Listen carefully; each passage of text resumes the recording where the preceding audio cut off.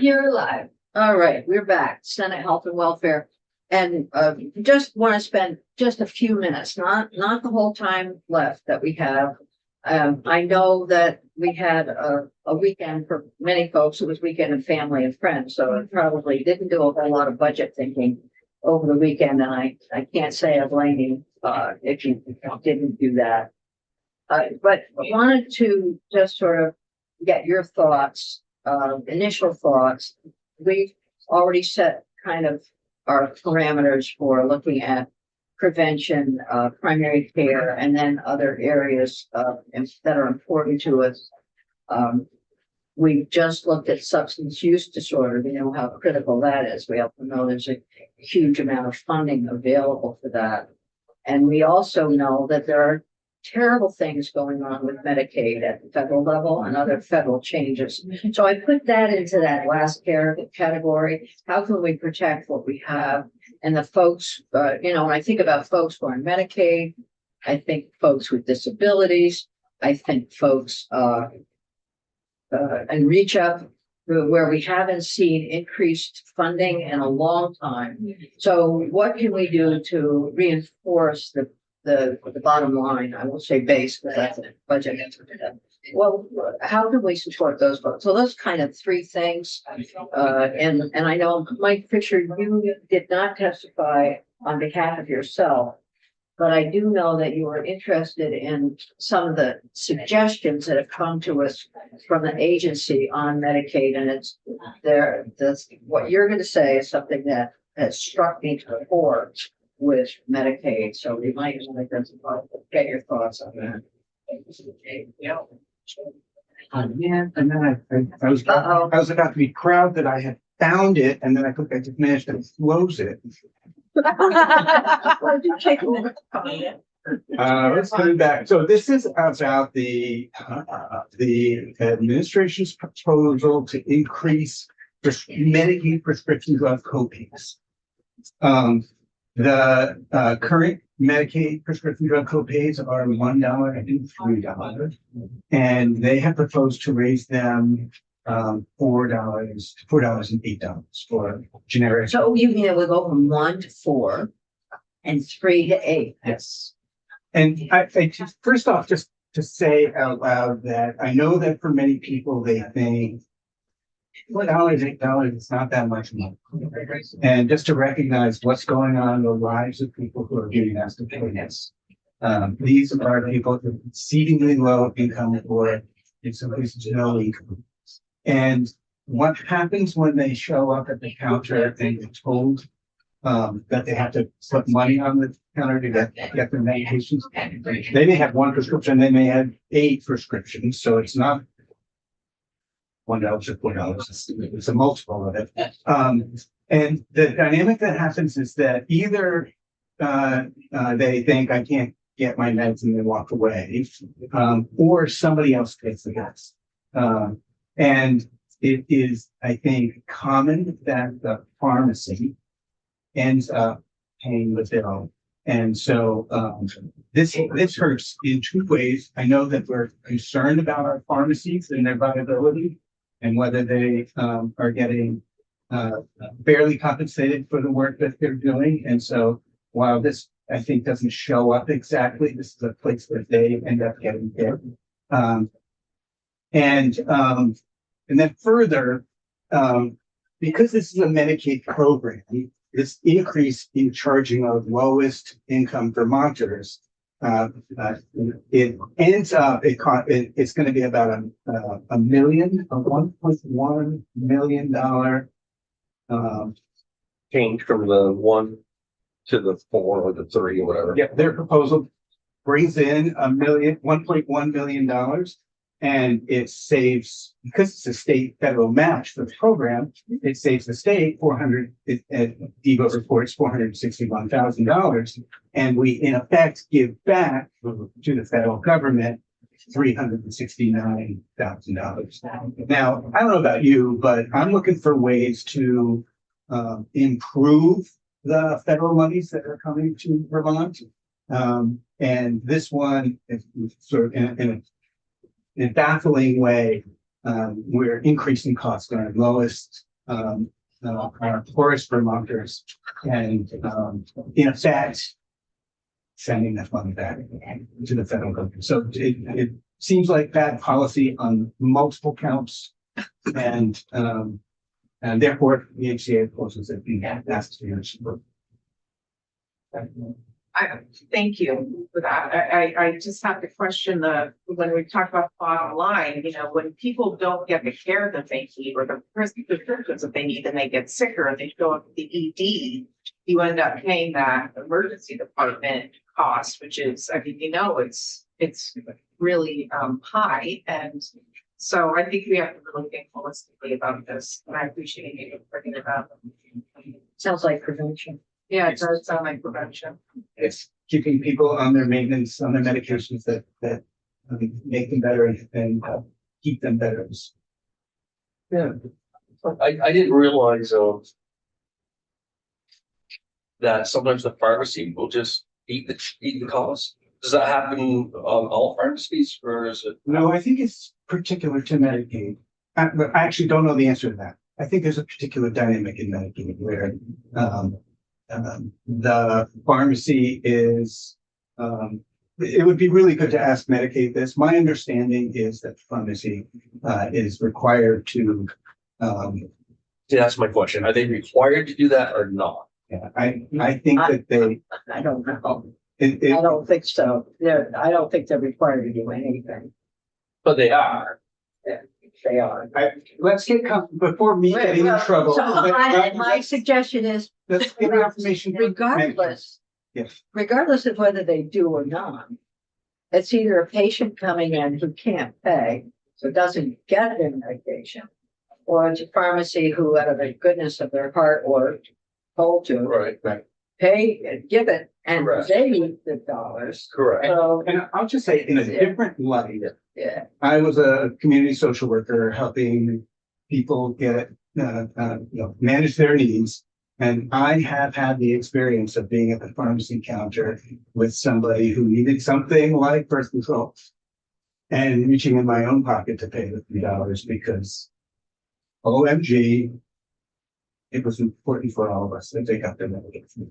well, the other thing that happens to folks who are not working or are the working poor is that they begin to accumulate credit card debt. So they'll go in and put it on the credit card, and lo and behold, they've got $50,000 in debt. And they can't pay it. That's the problem. That actually does happen. I've talked to people who are in that situation. Yeah. So my understanding is this is a $461,000 general fund. Impact if you don't support the government. You didn't find your thing? Can you repeat that? Oh, it- for me? Can you put it up? To the general fund. I would have to get on the, Yeah, did you send it to Calista so we can see it? I'll send because why don't I send, Okay. unfortunately, I just learned that I was doing this moments ago. And so what I did was I pulled up a testimony we did in the house that has other things in it. Let me clean it up and send it to Okay, you. that's fine. Yeah, do that. Yeah. I will say that I've known about this one for a while and in my chair down in appropriations, I've been very concerned about the effect on Medicaid patients. A lot of reasons, but Medicaid patients are going to be faced with a work requirement, some of whom cannot work. They're going to be faced with an eligibility requirement that is now every 6 months instead of a year. So there's a lot of pressure being put on some people who maybe can't function. Then we saw folks with long COVID last week, and some of them can't do anything. So when policies are made without consideration for the people who are being affected, that's concerning. Thank you. Thank you. Okay.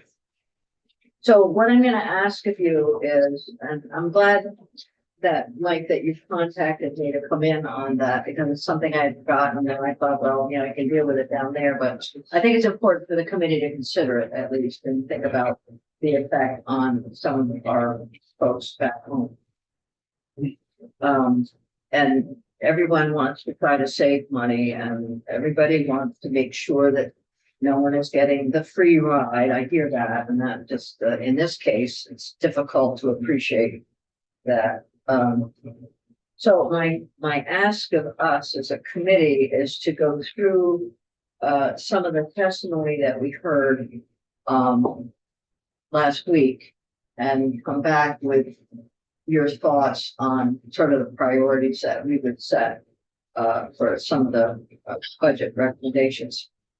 I'm not interested in really touching what's already funded in the budget and what was common with the governor's budget and others, but the things that we heard about that were not considered or not considered completely. Doesn't mean that our recommendations are going to make a difference down there, but they will. I mean, they could.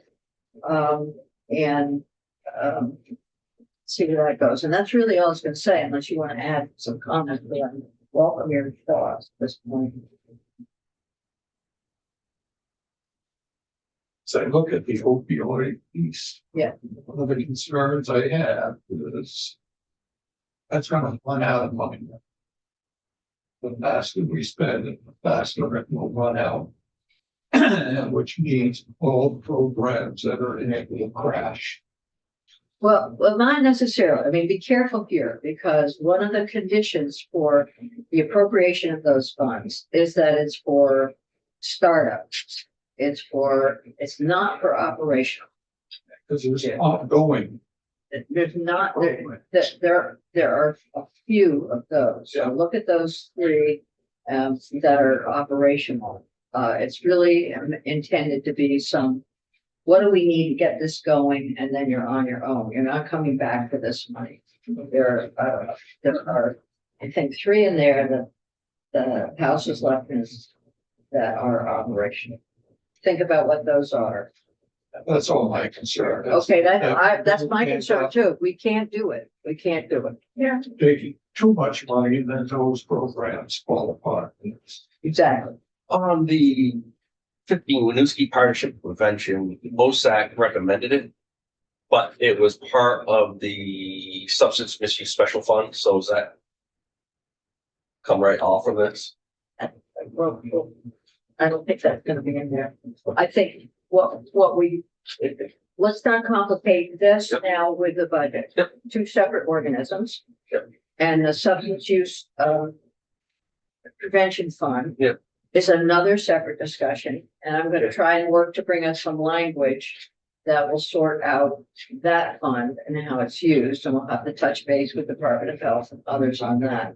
So really just look at what we have here for the budget. I know it's hard because compartmentalize the different. Thank you, Charlie. I'm concerned about recovery centers. I want to make sure that we understand what's happening there. And Yep.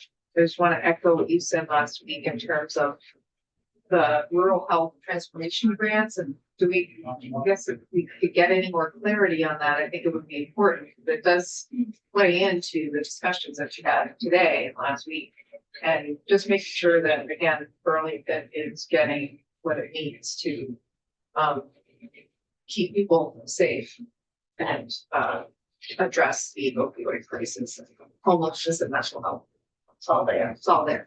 Yeah, you're right. And we have asked RHT director to come in or her assistant to come in. They've told that the director said she wasn't available this week or next week, which is not possible. We can't do that. So we're asking for someone to come in this week and to look at RHT. And so the way I understand it, I think, Senator, is these budgets have been put forward without any of those funds currently. Which budgets? The appropriations bill in the House that's been passed, those budgets aren't taking into consideration the rural community. RHT? Right. No, yeah. Well, they are just in the way that we're doing it here and the way that the administration is balancing its recommendations, but as we said last week, we didn't have the $200 million. We still don't have it, but we didn't have the promise of it when the budget was Right. put together. So we have to look at, the effect. You and appropriations, are they gonna red flag what that they're not gonna red flag what those dollars are going to, which line items? That hasn't happened. That's It's why, gonna be hard to follow. that's some of our work in here. And it's gonna be left. Okay. So we have to do what we can do here. And then, yes, Okay, it's called. Do you want to help me out anywhere? No. If you'd like me to. For the record, Noel and I will joke fiscal office, the RHTP is complicated because we can't supplant state dollars. So you have to be very mindful of what you're doing in your budget as initiatives and then what you want to do with RHTP. There's a lot of parameters around, so they really are two separate conversations. So if it's gonna impact potentially existing. Yes and no. I mean, Oh, yeah. it's supposed to help start up new Right, things. right. It can't supplant an existing program. It has to be consistent with different principles. And so there's sort of what's in the budget and then there's what's in RHTP, and they're related but unrelated. And you have to walk a fine line because of the supplantation stuff, right? So you have to make sure that it's not. Yeah, and within the guidance, I believe there's a lot of deference to what the administration will do. Once the legislature puts something in place, it almost becomes taboo. So we have to be really careful. And it's also very specific. So we're trying to figure out how do we work within the guidelines and the parameters that are set forth by the federal government, but yet still maximize those dollars that benefit Vermonters the best. So it's really a separate conversation outside of the budget. And they have to approve this too, as I recall. Yeah, they do. They have to approve all the different, each initiative. So there'd be, they have a list of all the different programs they want to fund, and each one of those has to be approved by CFO. And it has to be spent by, Yeah, there's a very short timeline. So October. again, this is stuff that you'd want to talk to Jill Olson about, and she could talk to think about where it's at. Every snarky thing I say is just me, and I'm not speaking for the committee at all, but it's clearly, let's make it as hard as possible to access these funds, right? Let's not do anything that will make it easy for states to both appropriate and then spend those dollars in the time and the process allotted. Because that is. I'm guessing Diva's However really, much you want. really putting stuff pen to paper here would be my guess. Well, They're working very hard. to Yeah, make sure they're that working outfit is over. fit. There's no question about it. And when I said they weren't available this week and next week, I really truly believe that's because they're working 24/7 Yeah. on this, but we could use like a half an hour. But it's a little cruel to even do that to states. Right. No, I know. I mean, we have a lot of work that needs to be done. Okay, so. Any other What- ideas that's or questions? Okay, so think about the priorities that you have, and then, I mean, you almost have to separate out. Obviously, what you were trying to do, what's in that rural health transformation grant. But what we don't know. Well, yeah, I guess I don't know, so I can't make a decision on that. But what are the things that would be helpful to you? I mean, is it supporting mental health counseling in schools? Is it adding to public safety programs? Is it adding to the mobile crisis response? What is it within DMH, Dale, DCF, DOH? We haven't looked at 938 yet, which is the homeless bill. There's money in the budget for that. So there's a whole lot going on that relates to our committee work. I thought the testimony on the public safety enhancement teams was interesting. Can we get some testimony? He's gonna bring us that sheet on that. I don't know how much testimony we got. That's separate on the opioid. I know. Side. Separate, but Separate thing. All right, anything else? Primary care, obviously, you know, we've heard concerns from AHEC on their funding. We know that the RHT doesn't fund loan repayment for MDs. So there's a lot there. What else?